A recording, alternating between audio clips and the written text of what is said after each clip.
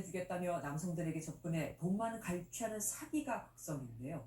3억 원이 넘는 돈을 탕진한 피해자까지 나왔습니다. 강세훈 기자가 단독 취재했습니다.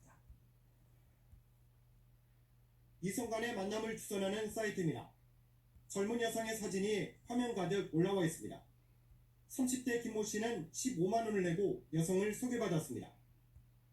김 씨는 조건 만남 여성을 이 모텔에서 만나기로 하고 기다렸지만 여성은 나타나지 않았습니다. 회원 가입 절차가 빠졌다며 추가로 돈을 요구한 겁니다. 그런데 이게 끝이 아니었습니다. 전산 오류 등의 이유를 들어 계속해서 돈을 요구했고 금액은 900만 원까지 올라갔습니다. 그냥 환불해달라니까 천만 단위로 입금을 해야 한다고 100만 원을 요구해서 돈을 보냈더니 또 문제가 생겼다고 2천만 원을 요구한 거예요. 이렇게 금액이 늘었죠. 김 씨가 보낸 돈은 무려 3억 5천만 원. 불과 15일 만에 재산을 모두 탕진했습니다. 알고 보니 조건 만남 사이트는 여성은 존재하지 않고 사진도 인터넷에서 퍼온 가짜였습니다. 조건 만남을 빙자한 성매매 사이트가 많이 운영 중에 있는데요. 여기에 나와 있는 이제 여성 사진들은 일반적인 피팅 모델들이라던가 레이싱 모델들인데요. 경찰은 계좌 추적을 통해 조건 만남 사이트 운영자 뒤를 쫓고 있습니다. MBN 뉴스 강세웅입니다.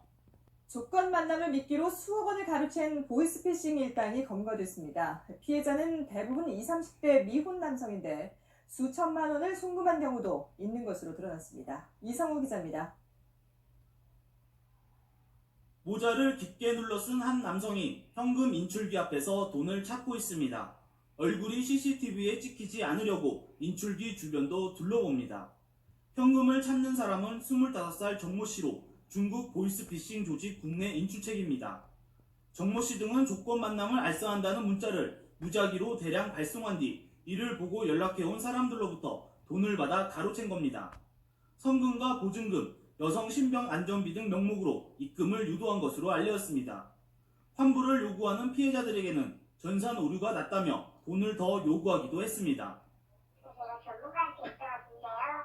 이런 코드는 똑같은 금액을 재입금하면서 이래를 푸시는 방법밖에 없다고 하더라고요. 이런 방법으로 지난 9월부터 최근까지 1,300여 명에게서 8억 5천만 원을 입금받아 가로챈 혐의를 받고 있습니다. 이렇게 가로챈 돈을 중국 보이스피싱 총체에게 송금해주고 사례비로 6천만 원을 받은 것으로 나타났습니다.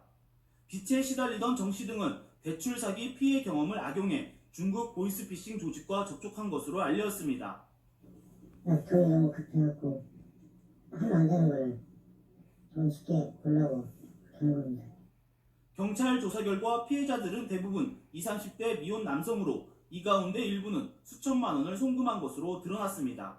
조건 만남을 명목으로 해서 돈을 수차례 계속적으로 이런저런 명목과 핑계를 대서 요구하는 경우에는 100% 보이스피싱이다 이렇게 판단을 하시면 되겠습니다.